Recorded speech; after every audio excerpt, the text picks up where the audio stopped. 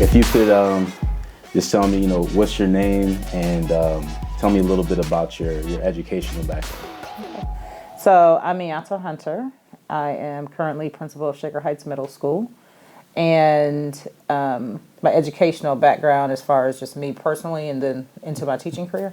So I am actually a grad of Shaker Heights. I came here in third grade. Went to Cleveland State and got a math degree. Went to University of Minnesota, Duluth, another math degree. Okay. So that's why you're asking about math. There are multiple reasons why I was asking about math.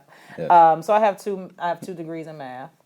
And when I was teaching in grad school, my second year I had to teach.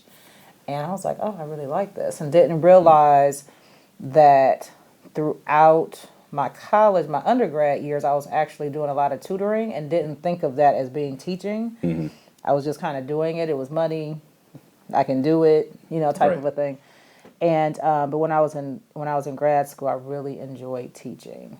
And I realized that I had kind of a knack, I guess, for helping people understand math that they didn't understand before. Okay.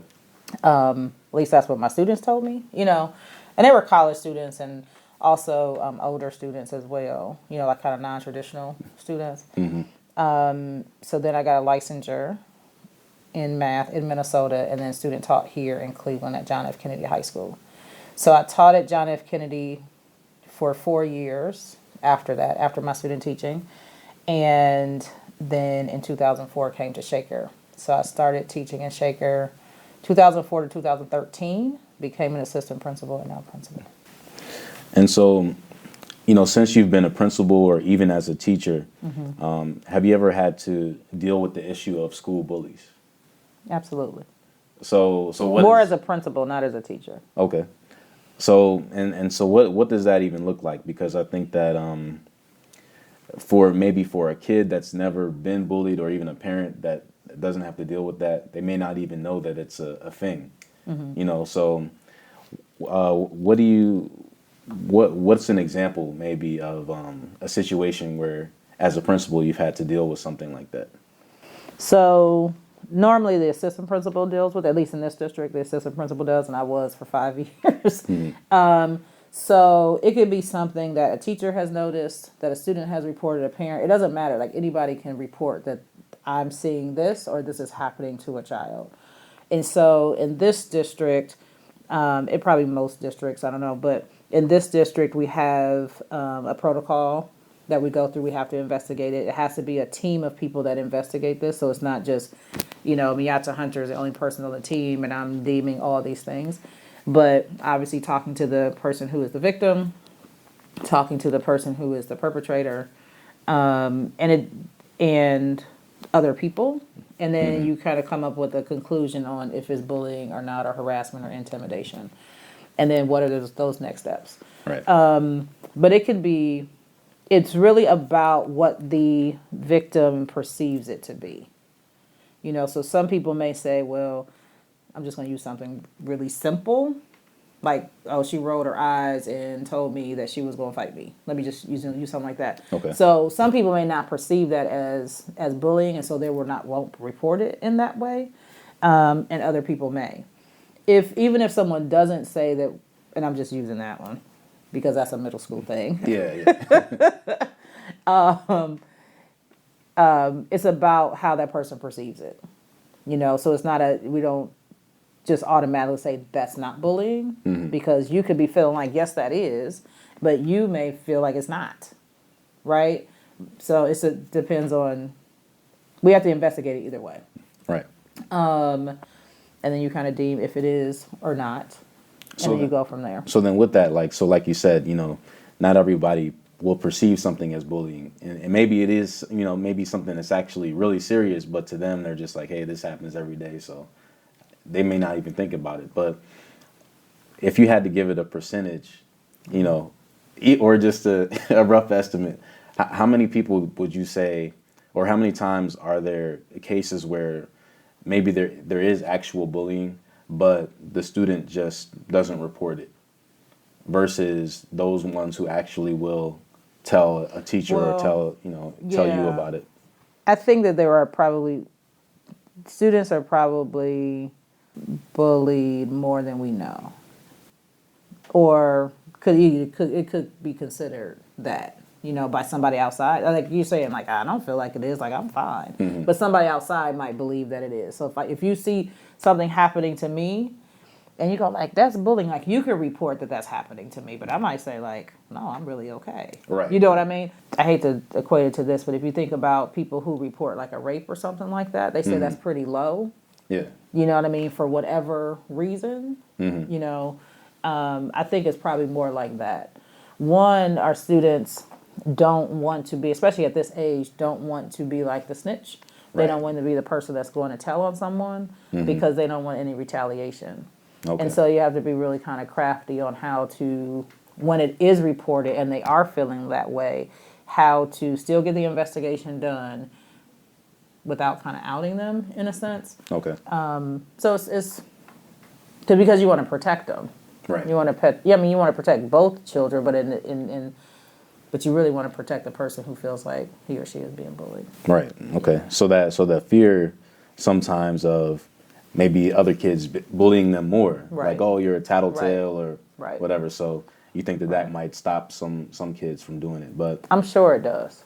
for I'm sure it does. like for those kids that that do go through with that process, what however your process is as far as reporting bullying, do you think that it's just something that they think of on their own, or do you have like a school program or assembly or anything where you talk about, hey, if somebody's doing this to you, this is what you're supposed to do, kind of thing? We don't say like specific things and then go tell, but we do say if someone is bothering you, if you feel like you're being harassed by someone or bullied by someone, then make sure you talk to your counselor or a teacher because they see their teachers all the time, right? So they can talk with their teacher and they can help problem solve that, and the teacher can call the parent and all that, So it can start at the teacher level, and if it ends up being something where it's like, we didn't get this together, then it can go to administration. Right. And in this district, it doesn't just stop at the school. It goes to our administration building and everything like that, so everybody kind of knows that this is happening. And, of course, parents are contacted. There's a letter that goes out, everything. Like, that's not okay. Right. And is there, like, do you have anything like on your end as far as paperwork? Like, do you have to write incident report or anything like that when things like that happen? There's we call it like our bullying packet for the district. It's in our handbook. Not all the papers are in our handbook, but the process is in our handbook. But there's a lot of documentation that we have to do. Okay.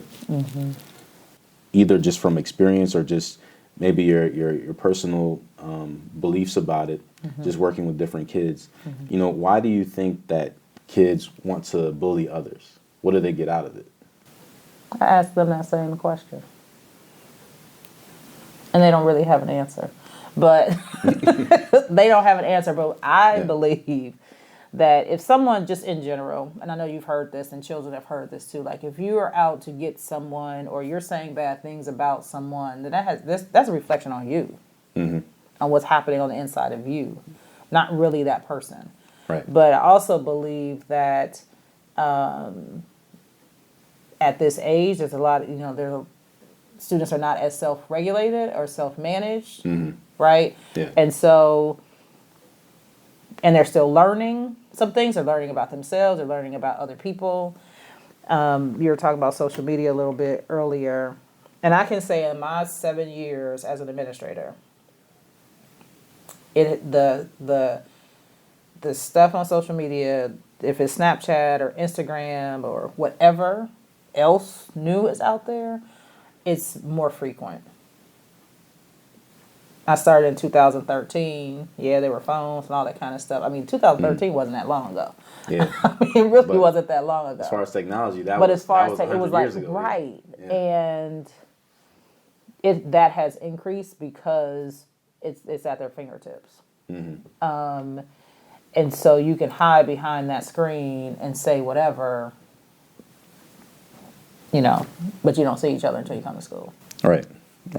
True. So some call it, cyberbullying or internet bullying. What would you say is a very subtle example, almost to where someone may not even think of that as bullying, and then maybe a more extreme example of how bad it could actually get? I mean, I guess if somebody just says like you're ugly, that's subtle. And in our policy, not that somebody would perceive that as bullying necessarily, but that's just the smallest thing. Yeah. Usually it's like over and over and over again. But now that's, kind of pervasive, but in our policy it doesn't even have to happen more than once. Okay. Just one time. You know. To something that is, I guess, more severe is when it's consistent, where you've tried to, stop it in different ways, all that kind of stuff, and it continues. Where people are saying things like they're actually saying that they're going to harm you or that you should harm yourself Oh, okay. Yeah. for whatever reason. Yeah, we've had some cases where it has gotten to that, but then also there are also cases where kids say things. They're like, "But that's not what I meant to say." Well, don't say it. Right. Don't say it. Or I was playing. Like, that's not a way that you play.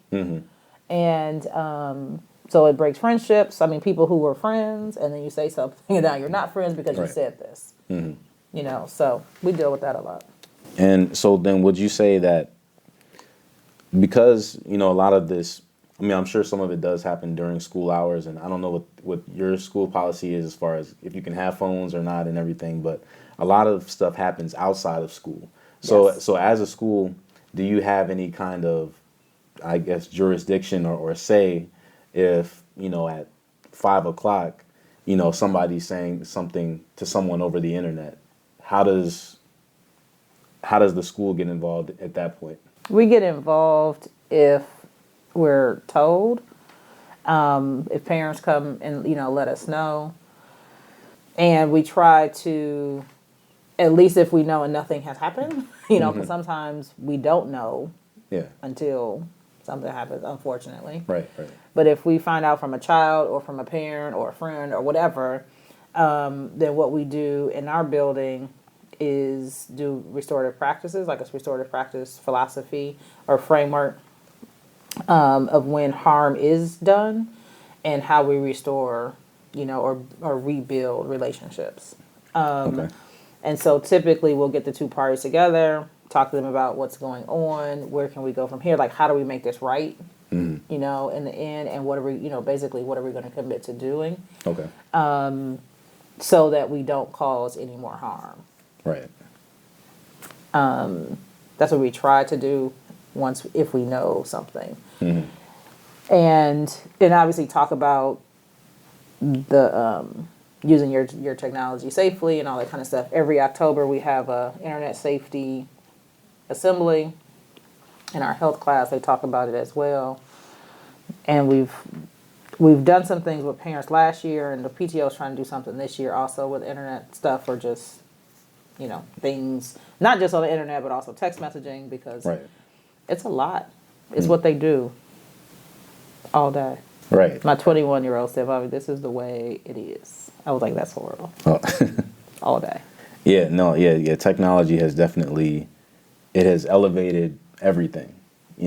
To where, it's very hard to, I guess, to be able to escape. I think before, at least, even if a student was getting bullied at school, they could at least know that they could go home and it would be over. Right. But now it's Right. 24/7. And you don't know whose name it is. So sometimes the kids are like, "Man, somebody made this fake page." How? I don't know. Right. I don't know what to do with that. Right. And It's at that hard point, hard to prove it. how do I do that? Like, how can we figure that out? I have no idea how to do that. But the thing is that is not something that should come into school. This is a place for learning. This is a place where you should feel safe. And if you're doing something that's unsafe, that's a problem. Right. Now, I'm pretty sure that parents of the children that are bullied, of course, are upset about that. Absolutely. But how do you deal with the other parents, the parents of the bullies? when you're explaining to them that, hey, I know you think your son or daughter is an angel, but actually, they've been the main ones causing problems. I mean, you just tell them what the facts are, the facts that you know. Do they take it well? Typical, not well, but I mean, do they believe you, or do they say, no, not my daughter, no, not my son, they would never do that? You get a mix of everything. Yeah. You get a mix of everything.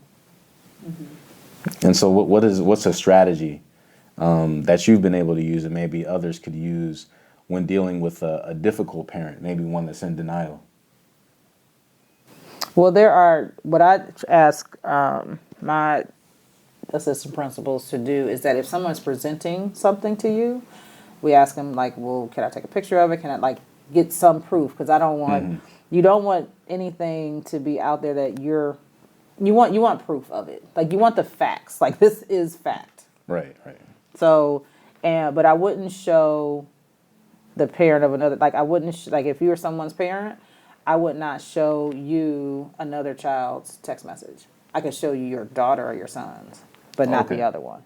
Right. So, we cross it out or something like that. It's like, this is what your child has said. Is this their Instagram? Is this their, yes, this is what they've said. And it's also, well, she has friends who have it. Well, I could just go off of the black and white. Right. This is what happened. And 9 times out of 10, the child is saying that I wrote that. Okay. Or I did that. Yeah, but I appreciate your time. Not a problem. Thank you.